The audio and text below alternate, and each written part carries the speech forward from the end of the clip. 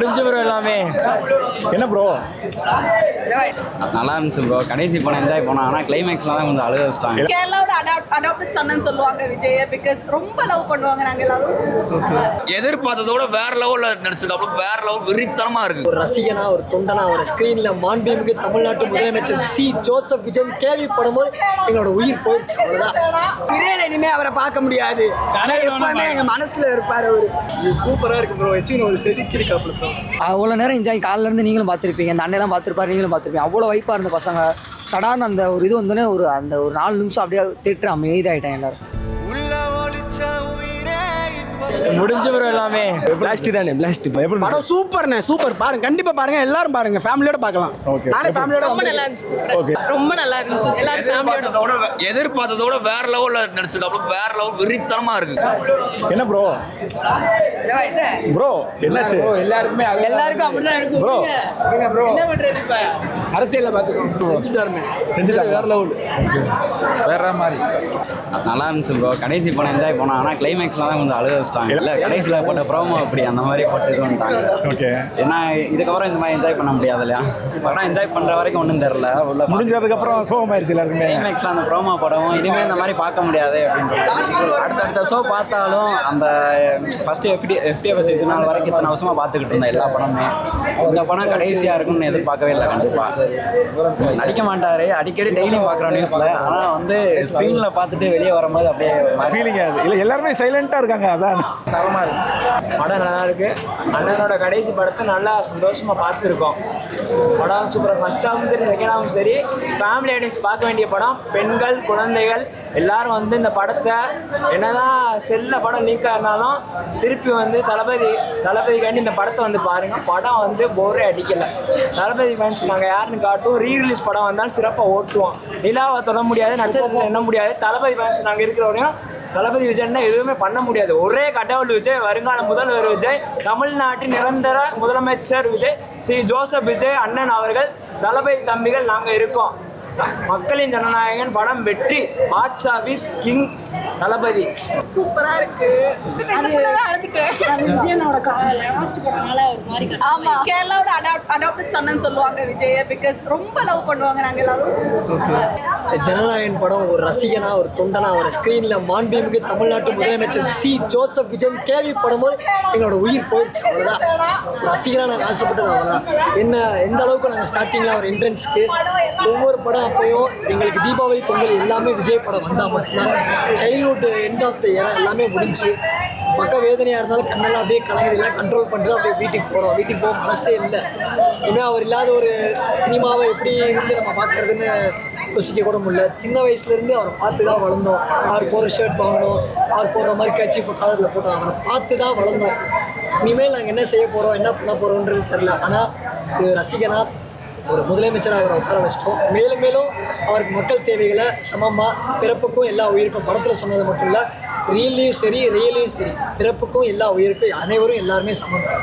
படம் வேற லெவல்ண்ணே. சொல்லவே இல்லை. தளபதி மதுரையே தளபதியே மதுரையே தளபதியே. எப்போ ஃபுல் அண்ட் ஃபுல் விஜய்க்கு மாசா பண்ணியிருக்காப்புல.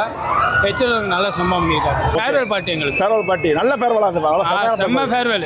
மறுபடியும் வரமாட்டாரு அந்த ஒரு ஃபீலிங் தான். அடுத்த படத்தில் சினிமாவில் அவ்வளோதான் முடிஞ்சிச்சு அவருக்கு. நீ அரசியல் எப்பயுமே அவர் தான். அடுத்த ஒரு 5 வருஷம் ஆனாலும் அவர் தான் சிஎம். யாராலே மாற்றவும் முடியாது. திரையில இனிமே அவரை பார்க்க முடியாது. ஆனா எப்பவுமே எங்க மனசுல இருப்பாரு அவரு. இப்ப சிஎம் ஆயிட்டாரு, ரொம்ப சந்தோஷம். ஆனா அன்றும் இன்றும் என்றும் என்றென்றும் அவர் எங்களுக்கு தளபதி தான், இளைய தளபதி தான். அது யார் நினைச்சாலும் மாற்ற முடியாது. எந்த ஸ்டாலின் சார் நினைச்சாலும் மாற்ற முடியாது. அது கடைசி படம்னு அதுவும் ஒன்று மனசுல இருக்கும். இன்னொரு படம் கடைசி படம் சந்தோஷமா என்ஜாய் பண்ணணும்னு இருக்கும். இன்னொரு சைட்ல ஐயோ பார்க்க முடியாது, திரையில பார்க்க முடியாது அப்படின்னு ஒரு துக்கம் எல்லாரும் மனசுக்குள்ளே இருக்கும். எல்லாருமே தளபதி ஃபேன்ஸ் மனசுக்குள்ளே ஒரு கண்ணை மூடிட்டே தான் போனார், திறக்கவே இல்லை. உண்மைதானே. அந்த கண்ணை மூட்டு போனார்ல அவர் தெய்வம். பிளாக் பஸ்டர் அடிக்கவே சொல்லலாம் ப்ரோ. ஆனால் ஆக்சுவலி நான் வந்து இந்த படத்தை இங்கே இப்போ தேட்டரில் பார்க்குற விட நான் ஆன்லைன்லேயே வந்து பார்த்துட்டேன். படம் கண்டிப்பாக வந்து ஒரு க்ரைம் த்ரில்லர், ஒரு ஹாலிவுட் படம் மாதிரி கடைசி வரை கிளைமேக்ஸ் வரை ஃபுல்லாகவே ஒரு ஃபைட் சீனாகவே இதாக இருக்கும். நல்ல ஒரு ஃபேமிலி ஆடியன்ஸ்க்கும் சரி மற்றவங்களும் சரி நல்ல ஒரு ஸ்பெஷல் படமாக ஒரு ஆக்ஷன் தளபதி நம்ம தளபதி சிஎம் விஜயோட படம் வந்து ஒரு ஸ்பெஷல் படமாக இருக்கு நம்மளும். கடைசி படம் கடைசியில் அழுக வச்சுட்டு வெளியே இந்த நிமிஷம் இன்னொரு படம் நல்லா பண்ணால் நல்லா இருக்கும்னு தான் தோணும். ஆனால் அண்ணன் முதலமைச்சர் ஆகிட்டார், அதனால் வந்து மக்களுக்கு நல்ல பணி செய்யணும் அப்படின்றதுக்காக நாங்கள் அண்ணனை வந்து விட்டு கொடுக்குறோம். மக்களுக்காக நாங்கள் அண்ணனை விட்டு கொடுக்குறோம். எங்கிட்ட இருந்து நாங்கள் மக்களுக்காக அண்ணனை விட்டு கொடுக்குறோம். வருத்தம் தான் எல்லாருமே நாங்கள் அழுதுட்டோம். அண்ணன் மக்களுக்காக வந்திருக்காரு, அதனால வந்து மக்களுக்காக அண்ணனை விட்டு கொடுக்குறோம். ஃபேர்வெல் படம்ன்றதுக்காக ஃபேன்ஸ் வந்து எந்த அளவுக்கு நம்ம குஷிப்படுத்தணுமோ ஃபேன்ஸுக்கான ஒரு ட்ரீட்டாக இருந்துச்சு. ஆரம்பத்தை அவ்வளோ கத்திட்டு கடைசியில் அப்படியே எல்லாரையும் ஷட் டவுன் ஆக்கி ஆரம்பத்தில் சவுண்டாக விடுற அமைதியாக வெளியே போகும் அப்படின்னு சீன் போட்டாங்க. சின்ன வயசுலேருந்து பார்த்து பழகிருக்கோம், சின்ன வயசுலேருந்து விஜயை பார்த்து வளர்ந்து இது பண்ணியிருக்கோம். கடைசியில் கத்திட்டே இருந்தாங்க, கடைசியில் இந்த இது போட்டாங்க லாஸ்ட் எல்லா படத்தையும் நடித்ததை போட்டதுக்கப்புறம் அப்படியே மொத்த தேட்டர் சைலண்ட் ஆயிடுச்சு. அப்படி ஆகி போச்சு. இல்லை எல்லாரும் அழுதுட்டோம், அண்ணன் அழுதுட்டோம். வெளியே வரல யாருமே தேட்டர் விட்டு. இப்போ போகிறாங்களே கத்திட்டு, திருப்பி வரும்போது பாருங்க எப்படி இருக்கும். அவ்வளோதான். இனிமேல் வந்து பார்த்து இந்த மாதிரிலாம் வந்து இனிமேல் வரமாட்டோம். அவ்வளோ முடிஞ்சுன்றது. ரீரிலீஸ் வந்து வரும். எல்லா படமும் ரீரிலீஸ் வந்து கொண்டாடுறோம். இந்த FDFS மாதிரி கொண்டாடுறது வந்து இல்லைன்னு நினைக்கும் போது கொஞ்சம் வருத்தம். ஆன்லைனில் ரிலீஸ் பண்ணாங்களா, நீங்கள் பார்த்தீங்களா? இல்லைங்க, ஒரு சீன் கூட பாருங்க. அதான் ஒரிஜினல் தளபதி சார். ஒரு சீன் கூட பாருங்க. ஓகே. ஆனால் என்ன ஒரு சந்தோஷம்னா, எலெக்ஷன் முன்னாடி ரிலீஸ் ஆனால் ஆக்டர் விஜய்னு வந்திருக்கும். எலெக்ஷன் மாண்புமிகு முதலமைச்சர் வந்ததில் ஒரு டபுள் சந்தோஷம் இருந்துச்சு. நிறைய பீக் மூமெண்ட் இருந்துச்சு படத்தில். ஒரு சோஷியல் மெசேஜ் சொல்லிட்டு ப்ளஸ் பீக் மூமெண்ட் வந்து சேர்ந்தது ஒரு டிஃப்ரெண்ட்டாக இருந்துச்சு. நார்மலாக ஒரு படம் சோஷியல் மெசேஜ் மட்டும் சொல்கிற படம் இருக்கும், பீக் மூமெண்ட் இருக்குது, கமர்ஷியல் இருக்கும். ரெண்டுமே சேர்த்து ஒரு படம் வந்து ரொம்ப நல்லா இருந்துச்சு. இது ஒரு நார்மலாக ஹெச் வினோத் என்ன கமர்ஷியலாக கொடுத்தானோ அதுலேயே ஒரு கான்ஃப்ளிக்ட் என்ன நடந்திருக்கு, நம்ம இந்தியாவில் என்ன நடக்குது அப்படின்ற ஒரு மெசேஜோட தான் படம் டெலிவர் ஆகிருக்கு.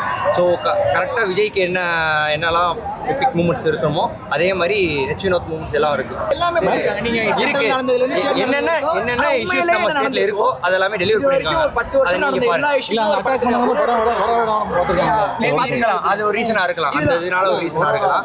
பட் ஆனால் நீங்கள் எல்லாரும் வந்து தேட்டரில் பாருங்க, படம் நல்லா இருக்கும். ஆன்லைன் வந்து அதை பார்த்தீங்களா ப்ரோ? இல்லை நான் ஒன்று கூட பார்க்கல, எதுவுமே பார்க்கல. நல்லா இப்போ பார்க்குறப்ப அந்த எக்ஸ்பீரியன்ஸ் எப்படி இருந்துச்சு? FDFS சூப்பராக இருந்துச்சு. இது வந்து ஒரு ஃபேனுக்கு ஒரு பக்கா படம். நீங்கள் எப்படி ஒரு ஃபேனுக்காக வந்து கோட் எடுத்தாங்களோ இது வந்து ஃபேனுக்கு. ஆனால் அதில் வந்து ஒரு சோஷியல் மெசேஜ் இருக்காது அந்த அளவு. இதில் வந்து ஒரு சோஷியல் மெசேஜாகவும் நீங்கள் பார்க்கலாம். ஃபேன் வைஸ் நீங்கள் வந்து திருப்தி ஆகாமல் போக முடியாது. கடைசியில் வர்றப்ப இன்டர்வியூ எடுப்ப சூப்பராக வரீங்க, வெளியே போய் லாஸ்ட் டைம் படம் சொல்லி போகிறப்ப எமோஷனாக தான் போவீங்க. சூப்பராக இருக்கு ப்ரோ. வச்சு ஒரு செதுக்கி இருக்காப்புல படத்துக்காக காய்க்காக விளையாடுங்க. எங்கள் அண்ணன் லாஸ்ட்டு படம் அதுக்காக வந்திருக்கு. பார்த்தாச்சு, தெய்வத்தை பார்த்தாச்சு, கதைக்காகலாம் வரல. அவர் எப்படி நடிச்சிருக்காரு, அந்த ஒவ்வொரு சீனும் வந்து ரசித்து பார்த்துக்காக நல்லா பண்ணிட்டாப்புல. அண்ணன் லாஸ்ட் படம் இனிமேல் ரிலீஸ் தான், இதே ரிலீஸ் தான் பார்ப்பேன். ஆனால் அங்கே வரமோ நல்லா வர்றோம், ஜாலியாக வரும். உள்ளே வந்து லாஸ்ட் படம் அழுக வருது, நடிக்க மாட்டாப்புல. அடுத்து அப்புறம் நான் ரீலீஸாக ஓடிட்டே இருக்கும். திருப்பாச்சி வருது, அடுத்து ரீலீஸாக ஓடிட்டு இருக்கு. நீங்கள் படம் பார்க்க படத்தில் இன்னும் ட்விஸ்ட் என்னன்னா, யாருமே எக்ஸ்பெக்ட் பண்ணாத ஒன்று வச்சுருக்காங்க. கடைசியில் எண்டுன்னு சொல்லிட்டு பிகினிங் போட்டு முடிச்சிட்டாங்க. முடிச்சதுக்கப்புறம் அண்ணன் நடிச்ச எல்லா படத்தோட அந்த ஒரு சீக்வன்ஸை எடுத்து அந்த ஒரு சாங் வந்திருக்கு, உள்ள உசரே நீ கரையாத, அந்த சாங் அதில் போட்டு மேக்கப் பண்ணி ஒரு மாஸ்டர் பண்ணிருக்கோம். அவ்வளோ நேரம் என்ஜாய். காலிலேருந்து நீங்களும் பார்த்துருப்பீங்க, அந்த அண்ணெல்லாம் பார்த்துருப்பாரு, நீங்களும் பார்த்துருப்பீங்க. அவ்வளோ வைப்பாக இருந்த பசங்க. சடான்னு அந்த ஒரு இது வந்தோடனே ஒரு 4 நிமிஷம் அப்படியே தேட்டர் அமைதியாகிட்டேன் எல்லோரும். எனக்கே ஒரு மணி கண்ணுலாம் கலங்க ஆரம்பிச்சிச்சு. ஏன்னா அந்த ஸ்டார்டிங்லேருந்து அப்படியே ஓனாக வரப்போ கடைசியாக செலிப்ரேட் பண்ணிடுவோம் அப்படின்ற மாதிரி தான் காலைல ஒரு மைண்ட் செட் வந்துச்சு. திருப்பி வெளியே வரப்போ இதுக்கப்புறம் இந்த மாதிரி ஒரு செலிப்ரேஷன் பண்ண முடியுமா, காலைல 4 மணிக்கு எந்திரிக்க முடியுமா அப்படின்ற மாதிரி ஒரு இதாக இருக்கும். ஓப்பனாக சொல்லலாம் 10th பப்ளிக் பரிச்சை கூட நான் 4 மணிக்கு எந்திரிச்சதில்லை. நைட்டு 12 மணி வரைக்கும் இருந்துட்டு காலைல 3 மணிக்கெலாம் அலாரம் வச்சு இருந்து குளிச்சு 4 மணிக்கு இங்கே வந்து இதெல்லாம் இது பண்ணி இப்போ தான் தெரியுது படம் பார்த்தோன்னே ஏன் வந்து படம் வந்து எலெக்ஷனுக்கு முன்னாடி வரணும்னு அண்ணன் ஆசைப்பட்டாரோ இல்லை அவங்க ஆசைப்பட்டாங்கன்னு. முழுக்க கண்டிப்பாக எலெக்ஷனுக்கு முன்னாடி இந்த படம் வந்துருந்துச்சுன்னா 200 கண்டிப்பாக பிடிச்சிருக்கும். ஏன்னா முழுக்க இவ்வளோ இத்தனை ஆண்டு காலமாக என்னென்ன இது நம்ம தமிழ்நாட்டில் சோதனைகள் நடந்துச்சோ அப்புறம் எடுத்துக்காட்டுற விதமாக ஒன்று வச்சுருந்தாரு. எல்லாத்தையும் எடுத்துக்கா பேசிக்காக ஓப்பன்டாக உடச்சுட்ருக்காரு. அப்பையும் பாட்டேன் போட்டு நாங்கள் காலங்காலமாக 50 வருஷம் அரசியலில் இருந்தோம்தான் பிரகாஷ்ராஜ் சொல்கிறாரு. இவரும் ஒரு சாட்டை எடுத்து ஒரு இடத்துல அடிக்கிறாரு. டிஎம்கே ஓப்பனாக சொன்னால் டிஎம்கே தாக்கியிருக்காங்க, ஏடிஎம்கே தாக்கியிருக்காங்க. எல்லாத்தையுமே பேசிக்காக சீமான அண்ணன் கணக்கிலே இருக்கல. ஆக்சுவலாக இன்னொரு மெசேஜ் ஒன்று சொல்லியிருந்தாங்க அந்த படத்தில், அது ரொம்ப பிடிச்சிருந்துச்சி எனக்கு. என்னென்னா ஒரு ஒரு சீனில் வந்து ஒரு சின்ன பிள்ளை வந்து ஒருத்தவங்க அப்யூஸ் பண்ண மாதிரி ஒரு இது ஒரு சீக்வன்ஸ் கொண்டு வராங்க. அந்த சீனில் அப்போ அண்ணன் உள்ளே போய் சொல்லுவார், இந்த மாதிரி இங்கே எங்கே டச் பண்ணாங்கன்னா நீங்கள் உங்கள் அம்மாட்ட போய் சொல்லுங்கள் அப்படின்றது. கண்டிப்பாக இதெல்லாம் படத்துக்காண்டி நான் அவர் சொன்னாருக்காண்டி எல்லாம் ஸ்கூலில் சொல்லிக் கொடுக்கணும். கண்டிப்பாக ஸ்கூலில் அம்மா அப்பாவை கண்டிப்பாக சொல்லிக் கொடுத்தாங்க. அதுவும் இல்லாமல் இவர் சொன்னார்னா கண்டிப்பாக எல்லாருமே, இப்போ நானே இருந்தாலுமே எனக்கு நாளை பண்ண அந்த நாளைக்கு என் ஒய்ஃபுக்கு அழகாப்பு இன்னும் எனக்கு 3 மாதத்தில் எனக்கு ஒரு குழந்தை நானே என் குழந்தைக்கு சொல்லிக் கொடுப்பேன். இந்த மாதிரி டச் பண்ணாங்கன்னா யாராக இருந்தாலும் அதை வந்து நீ அம்மாட்டையோ அப்பாட்டையோ இல்லை அண்ணன்ட்டையோ யார்ட்டையோ சொல்லணும், தாத்தா பாட்டியோ யார்ட்டானாலும் சொல்லணும் அப்படின்ற ஒரு அந்த மெசேஜ் வந்து ரொம்ப பிடிச்சிருந்துச்சு. இருந்தாலும் மனசுக்குள்ளே லைட்டாக ஒரு மாதிரி எமோஷனாக இருக்குது. ஆனால் என் வீட்டில் சண்டை போட்டு நான் அந்த படத்துக்கு வந்திருக்கேன். கடைசி படம் நான் போய் ஆகணும் அப்படின்னு சொல்லிட்டு என் ஒய்ஃபுமே காலைல சரி ஓகே நீங்கள் போயிட்டு வாங்க, நான் பார்த்துக்கிறேன், நீ போயிட்டு வாங்க அப்படின்னு சொல்லிட்டு எனக்கு அனுப்பிச்சி வச்சாங்க. ஸோ அந்தளவுக்கு எனக்கு அவர் ரொம்ப பிடிக்கும். கடைசியாக அந்த ஒரு இன்னும் எமோஷனாக தான் இருக்குது. வேணாம் அழுதோம்னா அது வேணாம். Okay thanks. வந்துட்டு ரீல் லைஃப்பை பார்த்தாச்சு. இப்போ ரியல் லைஃப் அண்ணா பார்க்க போகிறோம். ஏன்னா இப்போ படத்தில் வரமே அதுலேயும் ரியல் லைஃப்லையும் பண்ணுறாரு. ஏன்னா வந்து ஆக்ஷனு அதெல்லாம் இல்லை, நல்லது பண்ணுறாரு. அச்சி வினோத்தை வந்து டைரக்ஷனே பண்ணல. எங்கள் அண்ணன் வந்து எடுத்து எங்கள் அண்ணன் வந்து கதையை சொல்லி இந்தாயா இல்லை காசு வச்சுக்கோ, எனக்கு படம் மட்டும் இந்த கதையை சொல்லிட்டேன். இன்றைக்குமே வினோத்தும் சரி அனிருத்தும் சரி பிஜிஎம்லேருந்து அவர் ஸ்க்ரீன் பிளே எல்லாமே வேறு லெவலில் எடுத்திருந்தார்.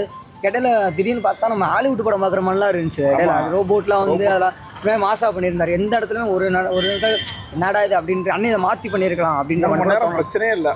ஒருத்தன் கூட உட்காந்த இடத்துல இருந்திருக்கேன். பிரேக்கே மொத்தம் 10 பேர் தான் பாத்ரூம் வெளியே வந்து அஞ்செல்லாம் உள்ளதான் உட்காந்துருந்தாங்க. அதே மாதிரி நம்ம செலிப்ரேஷன் எல்லாமே சோழமலை சினிமாஸும் நமக்கு எல்லாமே நல்லா பண்ணி கொடுத்தாங்க. எல்லாத்துக்கும் ரொம்ப இந்த நேரத்தில் நான் நன்றி சொல்லிக்கிறேன். எங்கள் அண்ணன் படத்தை இவ்வளோ செலிப்ரேஷன் பண்ணாலும் பார்க்க விட்டதுக்கு எல்லாத்துக்கும் நான் நன்றி சொல்லி, முக்கியமாக சோழமலை சினிமாஸ் எங்கள் அண்ணன் எல்லாத்துக்கும் நான் ஒரு நன்றியை தெரிவிச்சுக்கிறேன்.